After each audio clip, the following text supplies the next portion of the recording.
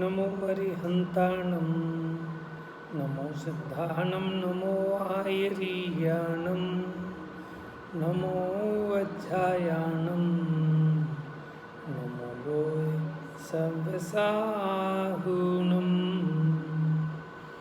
एष सुरासुरमनुसन् वन्दितं धोदघायिकं ममलं प्रणमामि वड्डमाणं तित्थं धम्मस्य कर्तारम्। तो यहाँ अपनी विगत 3-4 दिनों में 93 नंबर की गाथा चली, जिसमें हमने देखा कि जो पदार्थ है वो द्रव्यात्मक है और द्रव्य गुणात्मक हैं और उनकी पर्याय कही गई हैं, और जो पर्यायों में मूढ़ है वह पर समय यानी मिथ्या दृष्टि है। तो पज्जय मूढ़ा ही पर समया ये बहुत फेमस फ्रेज है। मैंने अपने आध्यात्मिक मुमुक्षु परंपरा में पज्जय मूढ़ा ही पर समया सभी इससे मैंने जानकारी रखते हैं इस विषय की। तो यहाँ पज्जय मूढ़ा ही पर समया में चर्चा की थी कि जो पर्याय के स्वरूप के संबंध में अनभिज्ञ हैं, अज्ञानी हैं, वो पर्याय मूढ़ हैं और वो पर समय हैं। अब इसी बात को आगे बढ़ाते हुए गाथा नंबर 94 की तरफ चलते हैं।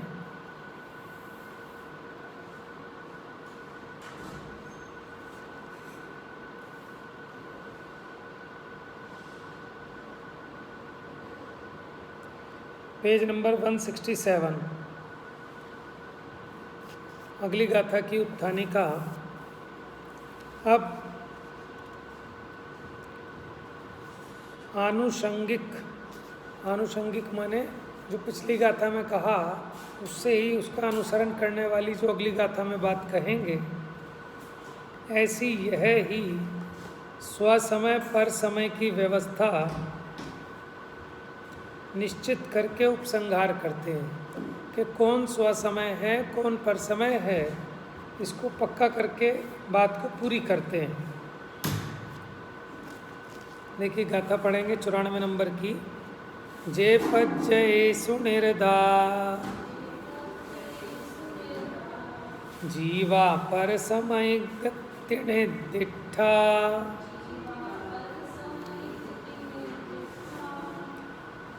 आद सहावम हीठिदा ते सग समया मुणे दब्बा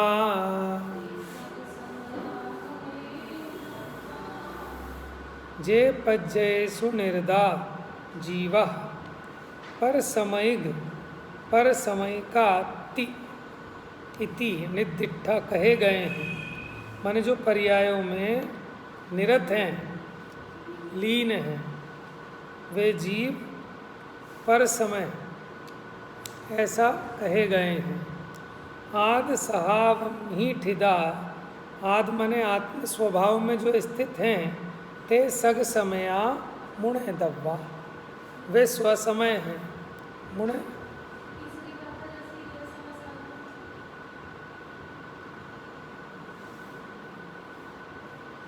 वहाँ ये कहा था कि जो पुद्गल कर्म के प्रदेशों में स्थित हैं वो पर समय है, और जो दर्शन ज्ञान चारित्र में स्थित हैं वे स्वसमय हैं, है ना। वहाँ भी स्वसमय पर समय बताया। और माने ज्ञान ये समय सार की दूसरे नंबर की गाथा थी, नहीं तीसरी थी, है दूसरी तो है, दूसरी गाथा है स्वसमय और पर समय वाली। यहाँ प्रवचन सार जी में कह रहे हैं कि जो पर्यायों में निरत है माने लीन है, लेकिन कौन सी पर्यायों में अब बताएंगे इसमें। चलिए, पर्याय मारत जीव जेते पर समय निर्दिष्ट छे, आत्म स्वभावे स्थित जेते स्वक समय ज्ञातव्य छे। जो जीव पर्यायों में लीन हैं उन्हें पर समय कहा गया है। जो जीव आत्म स्वभाव में स्थित हैं वे स्व समय जानने। ठीक है, अब पर्यायों में लीन है और आत्म स्वभाव में लीन है, तो पर्यायों में लीन होने का मतलब क्या है कि पर्यायों में कैसे लीन होते हैं। पर्याय अपने में होती हैं कि हम पर्यायों में लीन होते हैं, तो ये चर्चा टीका में ढूंढते हैं। टीका देखिए,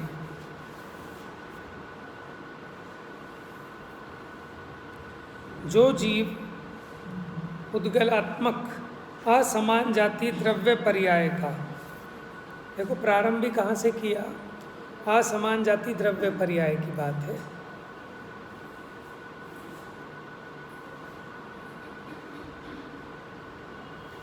जो जीव उद्गलात्मक असमान जातीय द्रव्य पर्याय का, देखो अब इसकी विशेषता बता रहे हैं, जो कि सकल अविद्याओं का एक मूल है। सकल अविद्याओं का एक मूल है। क्या है? उद्गलात्मक असमान जाति द्रव्य पर्याय। माने कह रहे हैं झगड़े की जड़ यही है। सारी अविद्याओं का माने सारे अज्ञानों का मूल यही है कि ना होगा बास, ना बजेगी बांसुरी, ना ये शरीर मिलता, ठीक है ना, और ना इस संबंधी अज्ञान चलता। तो सारा अज्ञान इसी से चल रहा है। चलता फिर राग प्रभंजन है, फिर ये राग का तूफान चल रहा है। तो जो जीव उद्गलात्मक असमान जातीय द्रव्य पर्याय का, एक्चुअल में ये दोनों का मिश्रण है ना, तो ऐसे पढ़ा जाएगा, जो जीव पुद्गलात्मक असमान जातीय द्रव्य पर्याय का। क्योंकि वो जो मनुष्य पर्याय आदि हैं वो अकेली कोरी पुद्गल तो नहीं है। उस कोरे पुद्गल को कोई ये नहीं कहता कि देखो मनुष्य है, उसको फिर कहते हैं कि देखो बॉडी पड़ी है, मिट्टी पड़ी है, लाश पड़ी है, लेकिन ये कोई नहीं कहता कि मनुष्य है। माने जीव और पुद्गल इन दोनों के मेल से वो असमान जाति द्रव्य पर्याय है, जो कि सकल अविद्याओं का एक मूल है। माने सारे झगड़े की, सभी प्रकार के जो अज्ञान हो रहे हैं उनका एक मूल है। उसका आश्रय करते हुए, किसका आश्रय करते हुए?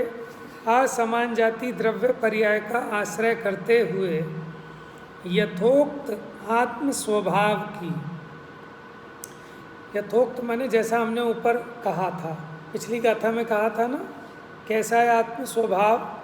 क्या कहा था पिछली गाथा में? कि जो प्रत्येक पदार्थ है वो द्रव्यात्मक है, द्रव्य गुणात्मक है, और पर्याय उनकी पर्याय कही गई हैं। तो ऐसा द्रव्य गुण पर्याय में जो वस्तु का स्वभाव है, ऐसे स्वभाव की संभावना माने सम्यक भावना, ठीक है, उसका ग्रहण करने में नपुंसक होने से उसी में बल धारण करते हैं। माने उनकी सारी ताकत उसी में बल धारण करते हैं। किसमें? असमान जाति द्रव्य पर्याय में, कि मैं मनुष्य हूँ, कि मैं त्रियंश हूँ, कि मैं देव हूँ, कि मैं नारकी हूँ, इसी में बल धारण करते हैं। माने इसका जैसा बल आता है जीव को, इसी का आता है अज्ञानी को। तो कि यही मैं हूँ। शास्त्र आदि के माध्यम से कदाचित कहता है कि मैं देह रूप नहीं हूँ। कैसा हूँ मैं? कि मैं चेतना स्वरूप हूँ, लेकिन उसका बल कहाँ आता है? बल तो सारा का सारा इसी में आता है।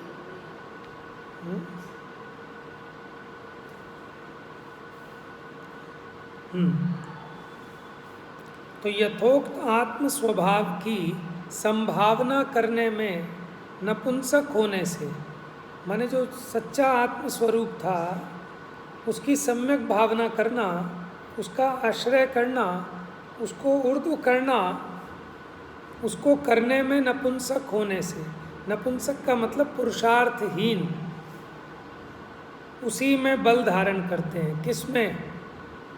ये मनुष्य पर्याय में, देव पर्याय में, कि यही मैं हूँ।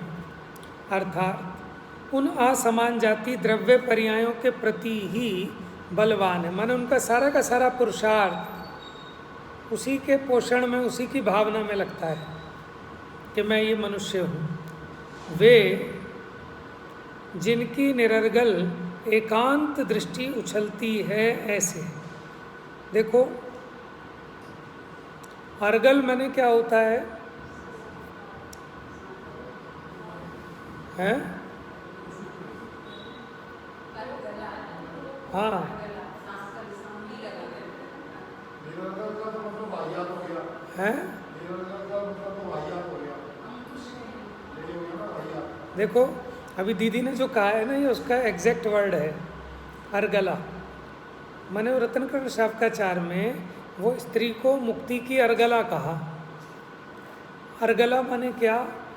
कि जैसे किवाड़ होता है ना, किवाड़ को रोकने के लिए अर्गला लगती है। सुनो, तो मैं ऐसा समझ रहा था कि जैसे किवाड़ को रोकने के लिए ना, उसके बाहर जैसे हमारा दरवाज़ा होता है, वो एक तरफ कोई बंद होता है, उससे बाहर नहीं जाता, ऐसे खुलते हैं पल्ले, फिर ऐसे बंद होते हैं।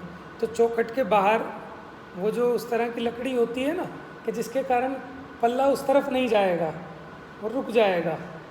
अथवा अलग से, पहले आपने दरवाज़ों में देखे होंगे, साइडों में जैसे हमने दरवाज़ा खोला तो कोने में ना लकड़ी के गुटके होते थे, तो वो मोड़ के अड़ा देते थे, तो उससे वो खुलता नहीं था। माने कोई भी ऐसी चीज़, साकल भी कह सकते हैं, कि जो कि उसको आगे जाने में रोके, उसको कहते हैं अर्गला। माने अड़चन, उसकी रोक। हाँ, उसी को अंकुश कहा। और जो अंकुश से रहित है वो हो गया निरर्गल। समझ में आया? निरंकुश, स्वच्छंद।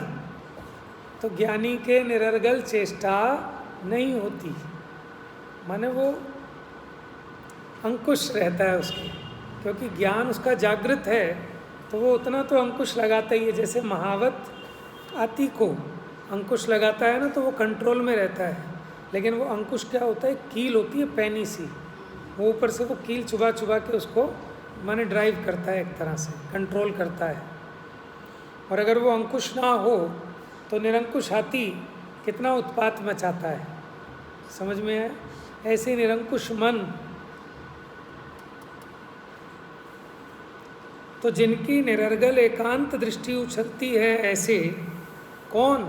कि उन अज्ञानी जीवों की बात है कि जो आत्म संभावना करने में तो नपुंसक हैं और असमान जाति द्रव्य पर्याय में ही बल धारण करते हैं। वे कैसी है उनकी निरर्गल दृष्टि? जिनकी निरर्गल एकांत दृष्टि उछलती है ऐसी। माने बस उन्हें वो द्रव्य पर्याय ही नजर आती है, तो ये तो एकांत हो गया ना। हाँ, जबकि अनेकांत क्या था? ये तो संयोग रूप थी। इसमें दो चीज़ें हैं, जीव और पुद्गल, और इसके अलावा अपनी गुण पर्याय भी हैं, उस पर इसका ध्यान ही नहीं है। वे, अब वे की विशेषता बता रहे हैं कि वे कैसे हैं। जिनकी निरर्गल एकांत दृष्टि उछलती है ऐसे। यह मैं मनुष्य ही हूँ। अब ये एकांत हो गया ना, यह मैं मनुष्य ही हूँ। हाँ, अपेक्षा समझकर, संयोग की अपेक्षा ज्ञानी भी कहेगा कि आप देव हैं क्या? कि नहीं नहीं, मैं मनुष्य ही हूँ। समझ में आया? लेकिन ऐसा कहने पर भी वो उसके अनेकांत से परिचित है कि व्यवहार ने इसे कहा, वास्तव में तो जीव है वो मैं हूँ, और जो पुद्गल है वो मेरे से भिन्न है। लेकिन अज्ञानी को ऐसा जीव पुद्गल का विवेक ना होने से ऐसी उसकी निरर्गल एकांत दृष्टि ही उछलती है, माने वही ऊपर ऊपर उर्दू रहती है। ऐसे यह मैं मनुष्य ही हूँ, मेरा ही यह मनुष्य शरीर है। समझ में आया? इस प्रकार अहंकार ममकार से ठगाए जाते हुए। अहंकार का मतलब क्या बताया कि यही मैं हूँ, इसका नाम है अहंकार, और ममकार ये मेरा है। दोनों बातें कह दी ना। यह मैं मनुष्य ही हूँ, मेरा ही यह मनुष्य शरीर है। इस प्रकार अहंकार ममकार से ठगाए जाते हैं। अविचलित चेतना विलास मात्र आत्म व्यवहार से च्युत होकर। किससे च्युत हो गए? आत्म व्यवहार से। क्या आत्म व्यवहार कैसे होता? कि मैं दर्शन ज्ञान चेतना स्वरूप हूँ, ये आत्म व्यवहार है। आप कहोगे तो निश्चय है, व्यवहार कहाँ है? तो सात्विक गाथा याद कर लो। सात्विक गाथा में यही तो कहा कि व्यवहार कहता ज्ञानी के क्या, कि दर्शन है, ज्ञान है, चारित्र है, क्योंकि वस्तु तो अभेद है। ऐसा भेद करना, इसका नाम व्यवहार है। दूसरा, अविचलित चेतना विलास मात्र। अविचलित माने अखंडित, अनादि अनंत, सदा एक रूप रहने वाली चेतना का विलास। विलास माने क्या होता है? विलास माने होता है ऐश्वर्य, आनंद, क्रीड़ा। तो उस आत्म व्यवहार से च्युत होकर, ठीक है ना, जैसे राजा का पुत्र हो तो उसका व्यवहार कैसा होना चाहिए? कि आनंद वाला, एकदम बिल्कुल एकदम शहंशाही। लेकिन वो उसको व्यवहार को भूल गया और अपने को रंक मान बैठा, तो फिर उसका व्यवहार कैसा होता है? बाबूजी एक रोटी दे दो। समझ में आया? क्यों? कि वो अपने वो राज व्यवहार से च्युत हो गया और रंक व्यवहार को छाती से लगाता हुआ। ये सब क्यों हुआ? पीछे जो कहा पज्जय मूढ़ा ही पर समया, क्योंकि मूढ़ हो रहा है उसमें। ठीक है, उसमें इसको भेद ज्ञान नहीं है कि दो द्रव्यों की मिली हुई दशा को एक कह रहे हैं, लेकिन ये दो द्रव्य कभी होते नहीं हैं।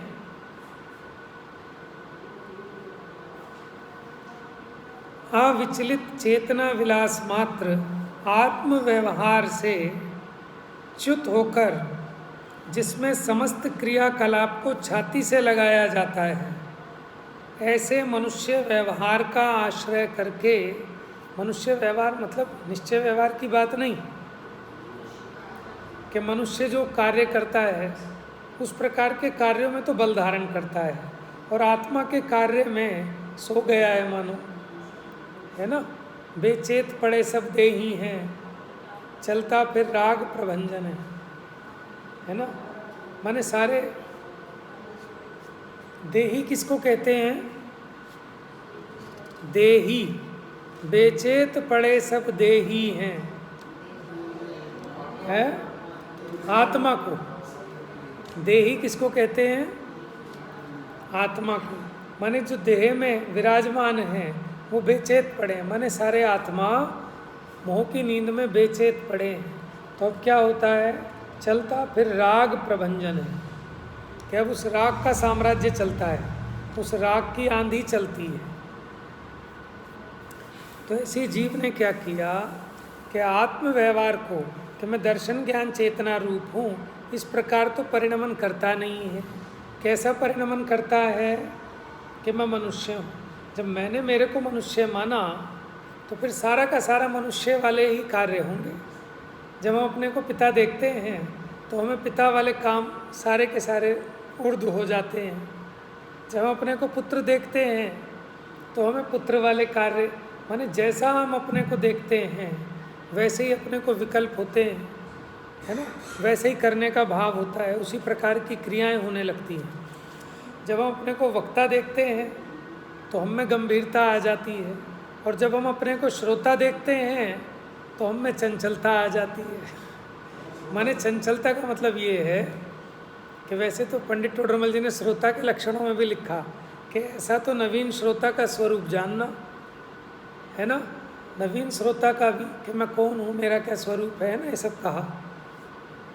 चंचलता मतलब वक्ता की जो जिम्मेदारी होती है, माने जब हम उस क्लास में पढ़ने जाते हैं तो माने हमारी वो उतनी रिस्पॉन्सिबिलिटी उतनी गंभीरता नहीं होती। और जब हम उसी क्लास में पढ़ाने जाते हैं तो बड़ी माने जो टीचर है ना, इनकी भी तो ट्रेनिंग होती है। और उन्हीं क्लासरूम्स में जिसमें वो टीचर बच्चों को पढ़ाते हैं, 2 महीने की छुट्टियों में इनकी टीचर ट्रेनिंग होती है। और जब ये टीचर जाते हैं फिर ये बच्चों जैसे बन जाते हैं, आपस में बातें करते रहेंगे, पढ़ाने वाले का मखौल उड़ाते रहेंगे। तो इसको कह रहा हूँ कि वो चंचलता आ जाती है। तो वो चंचलता कहाँ से आई और वो गंभीरता कहाँ से आई कि जैसा अपने को देखा तुरंत उसके अनुरूप वैसा ही व्यवहार होने लगता है। ठीक है, श्रोता बैठा हुआ सो भी जाता है, लेकिन वक्ता को कभी नींद आ सकती है क्या कि शास्त्र करते करते 1-2 झपकी ले ले? समझ में कहाँ से आया ये कि मैं वक्ता हूँ, मुझे झपकी लेने का अधिकार नहीं है, और मैं श्रोता हूँ, मैं तो सोता हूँ, तो मुझे झपकी लेने का अधिकार है। क्योंकि ड्राइवर झपकी नहीं ले सकता। सर्वथा तो कुछ भी नहीं है। ठीक है, बात समझ में आ रही है आपको?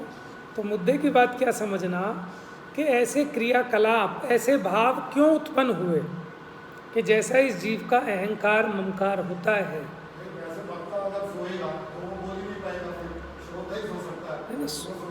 सोने की स्टाइल है, चतुराई चाहिए दिमाग की। अब नहीं कैसे उसकी स्टाइल है, उसकी स्टाइल क्या है कि भगवान आत्मा आनंद का धाम है, इसमें खो जाओ, सो जाओ। अब कोई आपको कुछ नहीं कहेगा। समझ में आया? हमने देखा है?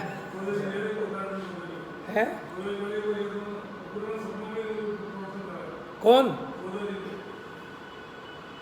क्या समझा नहीं?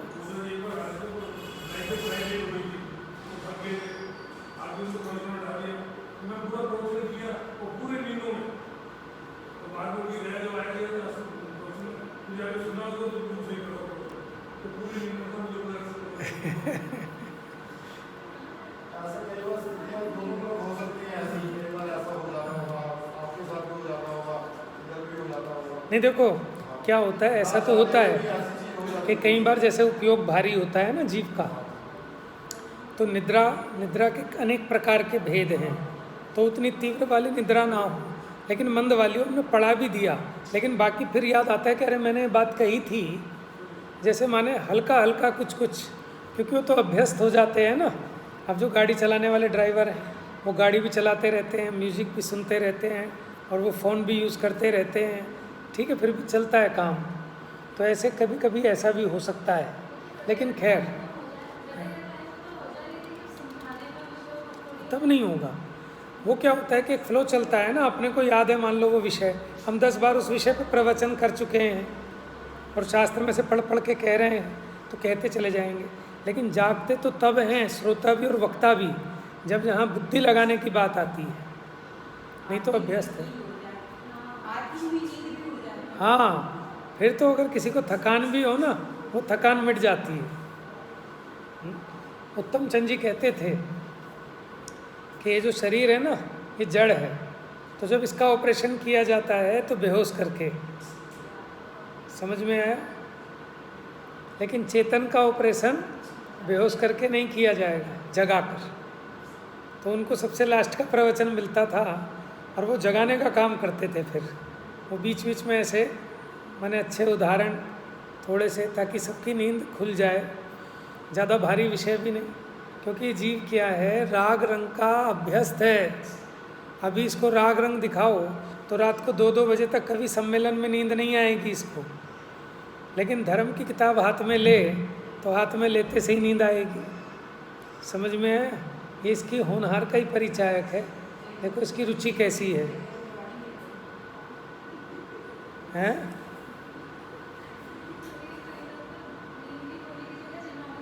अभी कौन कह रहा था हाँ कि नींद नहीं आ रही, कि प्रवचन सुन लो नींद अच्छी आ जाएगी।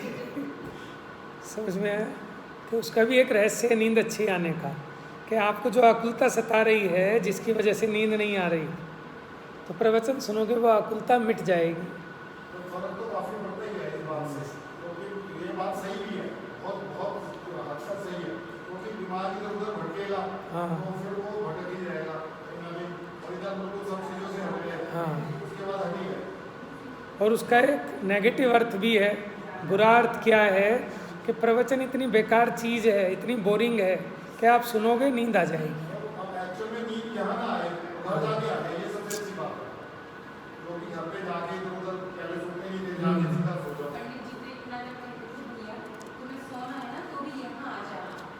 सही बात है,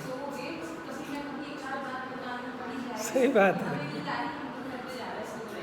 हाँ, कि आए तो सही जी, कुछ तो सुनेगा है, और पता नहीं कब किस बात को सुनकर उसकी नींद ही उड़ जाए।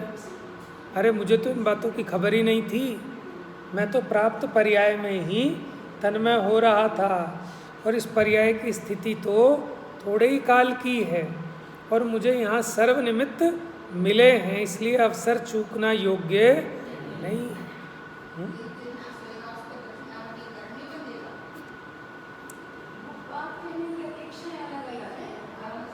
आप ये देखो, आपको एक बात और बताऊं कि दर्शनावरणी कर्म कब बंधेगा, जब वो लापरवाही करे। वो तो अपने उसको और जगना चाह रहा है, लेकिन फिर भी आ रहा है, यानी वो तो जो उसका बांधा हुआ कर्म है वो यहाँ बैठ के उसकी निर्जरा कर रहा है। नवीन कर्म क्यों बंधेगा उसको? बंधेगा तो उसको जो लापरवाह होकर छोड़ो ना, मस्त होकर सो, थोड़ा सा कोने में छुप के बैठ जाओ, अथवा यहाँ से उठ के घर चले जाओ, सो जाओ, तो उसने, हाँ आप पंखा बंद कर दो, ठीक है, एक तो गर्मी नहीं सोने देगी, फिर मच्छर नहीं सोने देंगे। अब जब ये चीज़ एसी भी चला लेगा, पंखा भी चला लेगा, तो फिर तो प्रमाद आएगा ही आएगा। इसीलिए मैंने मतलब ये नोट किया कि आप ये जो पंखा चलता है ना सर पे, एक तो ये सर में दर्द करता है, भारी करता है सर पे, ये जितनी हवा होती है ना तेज, ये शरीर में बादी का रोग उत्पन्न करती है। जिन लोगों के शरीर में दर्द होता है ना, वो बिना पंखे के बिना हवा के सो के देखें 2-4 दिन, ठीक है ना। शुरू में तो हो सकता है उनकी आदत थोड़ी सी खराब होगी।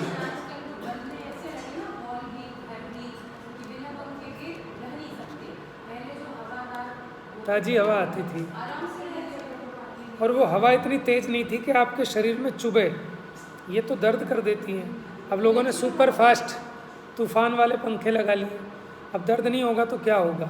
सुबह उठते हैं सिर बहुत भारी भारी, शरीर में दर्द, आदमी उठने को तैयार नहीं होता सुबह। हाँ हाँ, समझ में आया ना। पहले आसमान में कुछ चीज़ होते थे, अब तो आसमान ही याद होता है। पहले तो आसमान में कुछ चीज़ होते थे, बदलाव आ गया। चलिए, तो चर्चा यहाँ से चली कि आत्म व्यवहार क्या है। देखो, जो जिसमें अपनापना मानेगा उस रूप उसका व्यवहार होगा। हमने अपने को मनुष्य रूप माना तो मनुष्य रूप व्यवहार होता है। जैसे वो ध्यानाविष्ट पुरुष का उदाहरण आया ना समय सार जी में, भूताविष्ट पुरुष, तो जो ध्यान में अपने को कहता है कि मैं भैंसा हूँ और मेरे सींग बड़े हो रहे हैं और गुफा के दोनों द्वारों में अड़ गए, तो वो भी चिल्लाता है कि मुझे बचाओ, मैं फंस गया। तो ऐसा क्यों आ रहा है कि इतनी गहराई से उसको ये बात बैठ गई कि मैं भैंसा हूँ और मेरे सींग यहाँ अड़ गए। समझ में आया? दर्द भी होना चालू हो गया, चिल्लाने लगा। समझ में? ऐसे ही आप अपने को जैसा अनुभव करते हो बिल्कुल वैसे ही आपका व्यवहार होता है। आप अपने को फील करते हो कि मैं पापा हूँ, तो आपका सारा का सारा व्यवहार पापा जैसा होगा। आप अपने को देखते हो कि मैं बिजनेसमैन हूँ, तो उस समय आपको सारा धंधे पानी का वही व्यवहार होगा आपको, कि आप आपको जैसा देखोगे वैसे ही क्रियाकलाप होंगे, वैसे ही भाव होंगे, वही परिणाम और सब कुछ होंगे। तो इसलिए अब गड़बड़ क्यों हुई कि आत्म व्यवहार से च्युत होता हुआ, अब च्युत तो अनादि का ही है, ठीक है, कोई नवीन तो हटा नहीं, अनादि से ही है। तो इस प्रकार अहंकार ममकार से ठगाए जाते हुए अविचलित चेतना विलास मात्र आत्म व्यवहार से, क्या है आत्म व्यवहार? अविचलित चेतना का विलास, कि देखो अपने दर्शन ज्ञान चारित्र इन गुणों का निरंतर परिणमन हो रहा है, और ये जीव चाहे तो उसका स्वसंवेदन करके अब आत्मा का व्यवहार क्या है कि अपने आत्मा में ही श्रद्धा ज्ञान आचरण रूप व्यवहार, ये है आत्म व्यवहार।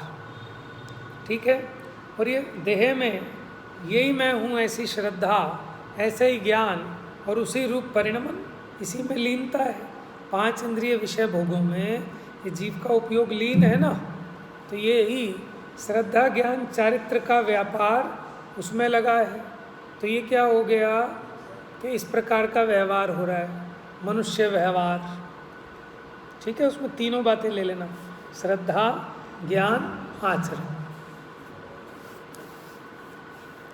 आत्म व्यवहार से च्युत होकर जिसमें समस्त क्रियाकलाप को छाती से लगाया है, समस्त क्रियाकलाप को छाती से लगाया जाता है। छाती से लगाए जाने का मतलब क्या है कि उसी को अपना मानकर ये करता है ना। अच्छा, अपने बच्चे को बोझा मान के उठाता है क्या कोई छाती से लगाता है? तो वहाँ उसे छाती से लगाने का मतलब वो अपना बच्चा किसी को बोझा नहीं लगता, और एक जरा सा थैला उठाना पड़ जाए तो वो बोझा दिखता है। पंडित जी उदाहरण देते हैं ना कि वो बहन अपने भाई को लेके जा रही थी पहाड़ पे, हैं, किसी ने पूछा, कह रहे तू ये बोझा क्यों ले जा रही है? कि पंडित जी ये बोझा नहीं है, भाई है। तो जो भाई दिखता है वहाँ बोझा नहीं दिखता। समझ में आया? आपके पास अपने रुपयों का थैला हो, वो आपको बोझा नहीं दिखेगा, और कोई दूसरा पकड़ा दे, भैया ज़रा मेरा नोटों का थैला पकड़ के चलो, तो आपको वो बोझा दिखेगा। लेकिन कब अगर आप सज्जन हैं तो, और दुर्जन को तो मज़ा दिखेगा कि दूसरे ने अपने नोटों का बैग पकड़ा दिया। शादी ब्याह में करते हैं ना कि घर का कोई रिश्तेदार हो बड़ा, उसको नोटों का बैग संभलवा देते हैं। जो सज्जन हैं, हाँ हाँ,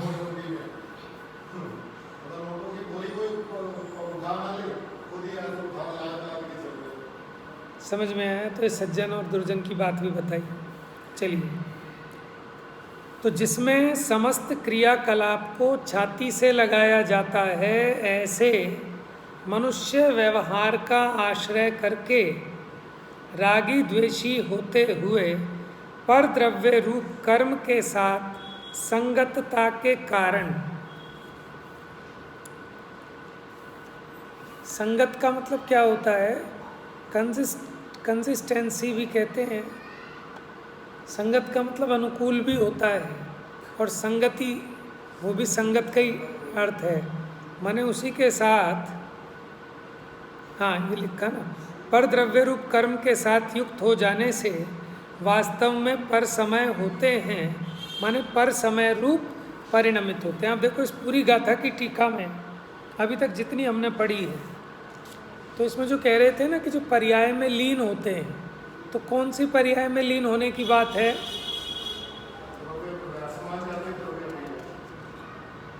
ठीक है, और इसमें भी बात ध्यान रखना, जिनकी निरर्गल एकांत दृष्टि उछलती है, ऐसे माने अगर कोई व्यवहार से उस मनुष्य पर्याय को अपना कहे और उस अपेक्षा माने, तो उसमें मिथ्यात्व तो नहीं होगा।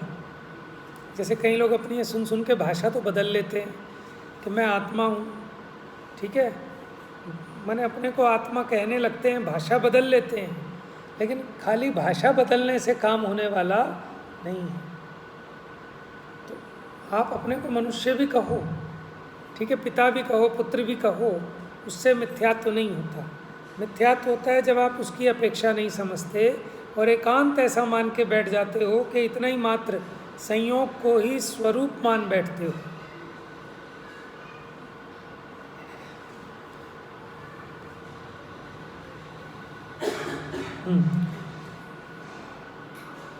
तो अभी ये जो टीका हुई है ना, एक बार इसी को दोबारा पढ़ते हैं। इसमें अगर कोई लाइन का मतलब किसी को समझ में नहीं आया हो तो वो पूछ सकते हैं। जो जीव पुद्गलात्मक असमान जातीय द्रव्य पर्याय का, जो कि सकल अविद्याओं का एक मूल है। कौन? के जो असमान जाति, इसी के कारण तो भ्रांति हो रही है जीव को, है ना। ऐसा घनिष्ठ निमित्त नैमित्तिक संबंध है यहाँ जीव का और ये मनुष्य देह का।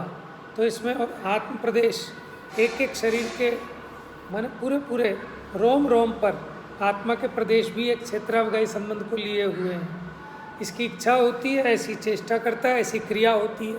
बोलने की इच्छा की तो यहाँ के प्रदेशों में हमने संकोच विस्तार किया तो उसी प्रकार का बोलना भी बनता है। तो इसको ऐसी भ्रांति हो जाती है कि मैं ही तो बोल रहा हूँ, मैं ही तो हाथ हिला रहा हूँ, मैं ही तो मुंह हिला रहा हूँ, मैंने ही तो खाना खाया। तो इसलिए कह रहे हैं कि जो मनुष्य असमान जाति द्रव्य पर्याय है, ये सकल अविद्याओं का मूल है, माने माया जाल है, इंद्रजाल है। उसका आश्रय करते हुए, अविद्या माने अज्ञान। अब उसके कितने ही अर्थ निकाल लो, माया जाल ही है, उसको भी तो कहते हैं ना।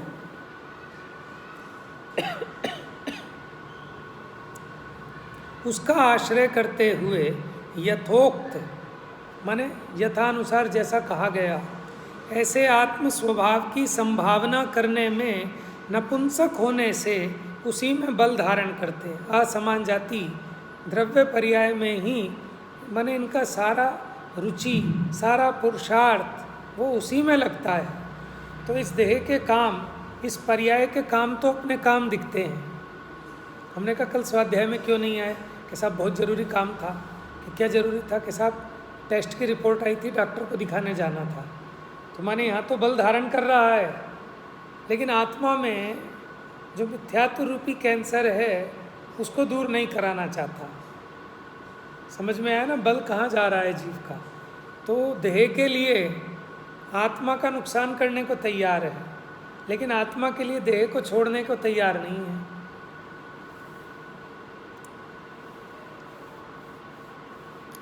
अर्थात उन असमान जाति द्रव्य पर्यायों के प्रति ही बलवान हैं वे।